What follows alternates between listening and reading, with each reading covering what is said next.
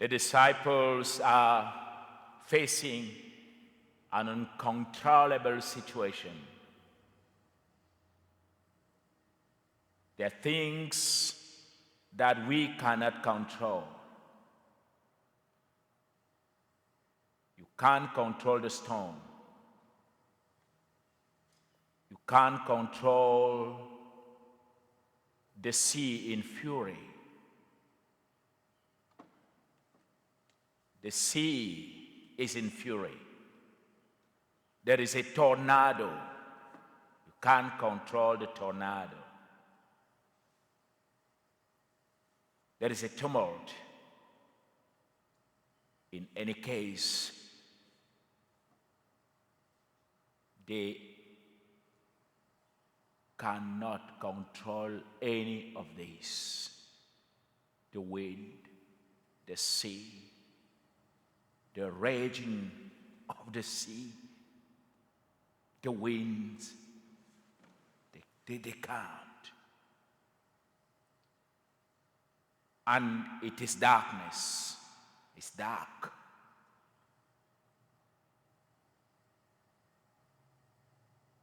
And again now, Jesus is not with them.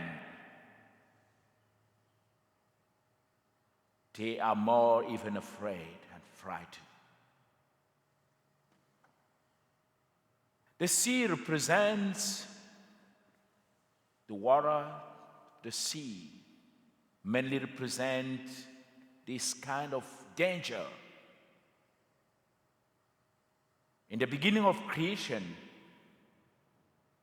before anything, before the light, before God began to speak, there was chaos.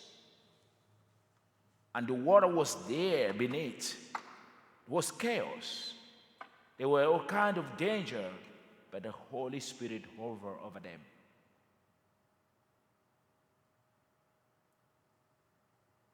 So Jesus comes and walks on the sea. He actually walks on something that seems impossible for a human being, and this frightened the disciple all the more.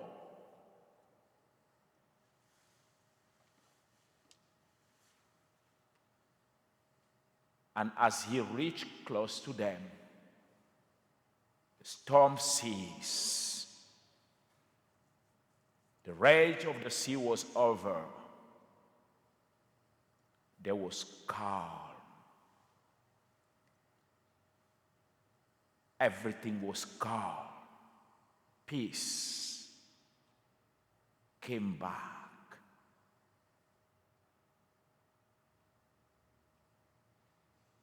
He is the one who is in charge. He has control over things we cannot control. He has control over the whole creation and has dominion even over the powers of nature, including the rules. He overcomes and defeats the rules of nature. We know we swim on water, but we don't walk on water.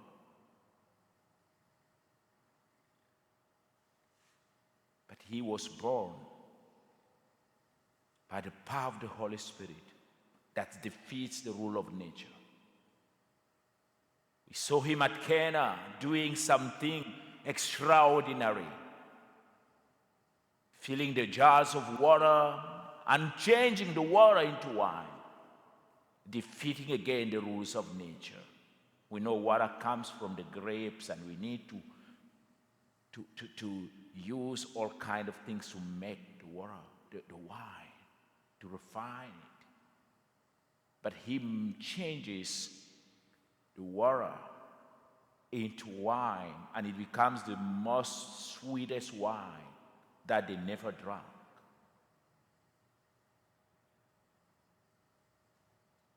And he's just going to do that again here right now, to change the same wine into his own blood.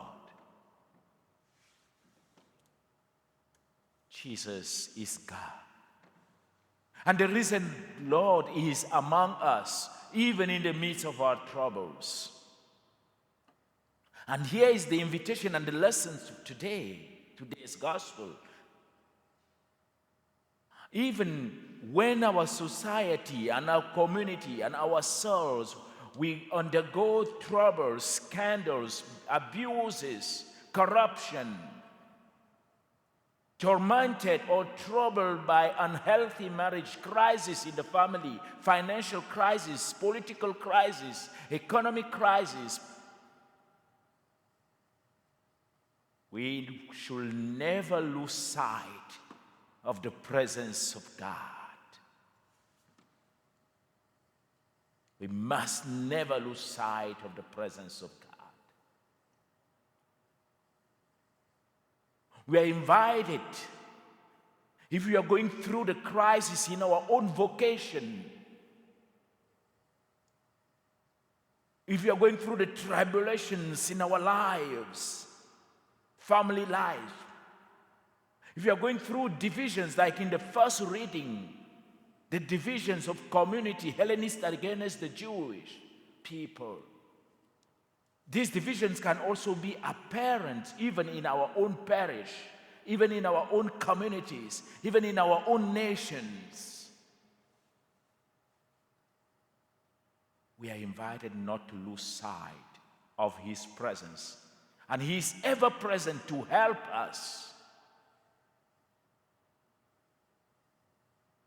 Unlike the apostles in the first reading of the Acts of the Apostles in chapter 6, where we see this great conflict between the Hellenistic community and the Jewish community, who are now worshiping together with different culture and causing frictions and the neglect of some among them. And the ministry of diaconate is instituted. But they went through a careful and prayerful discernment to sort out problems in our communities, the problems of our society. We need to go on our knees and seek for God's intervention, God's advice, God's direction.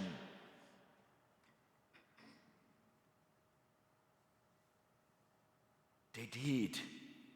And they came out by the power of the Holy Spirit, with men filled with the Holy Spirit. That's what we call the diaconate today.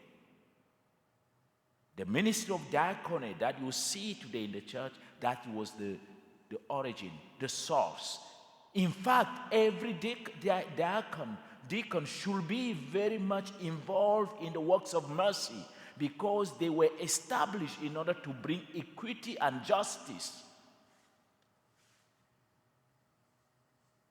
Our community is invited not to abandon any. Whenever there is injustice, we need to intervene and to build up a community and a society where all people are equal or equally taken care of. And moreover, we all call to be at the service of the marginalized. We all call to be at the service of one another. We are all deacons, diakonoi, which means to serve.